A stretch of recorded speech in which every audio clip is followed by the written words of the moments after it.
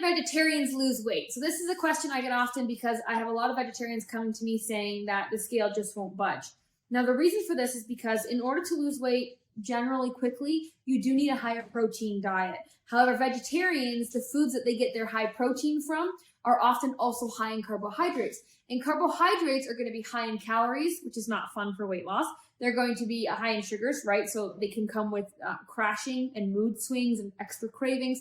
And they also can help, or they don't help with, they contribute to inflammation because they help you hold on to liquid, which is going to make you more puffy or bloated sometimes. So as a vegetarian, it is not impossible to lose weight. It is just more difficult because you're not educated on where to actually get your protein from. Things like chickpeas and lentils and peanut butter are not going to cut it. You're going to probably most likely have to incorporate a protein powder to get a low-calorie, high-protein source. If you can, eggs and Greek yogurt, those are awesome as well.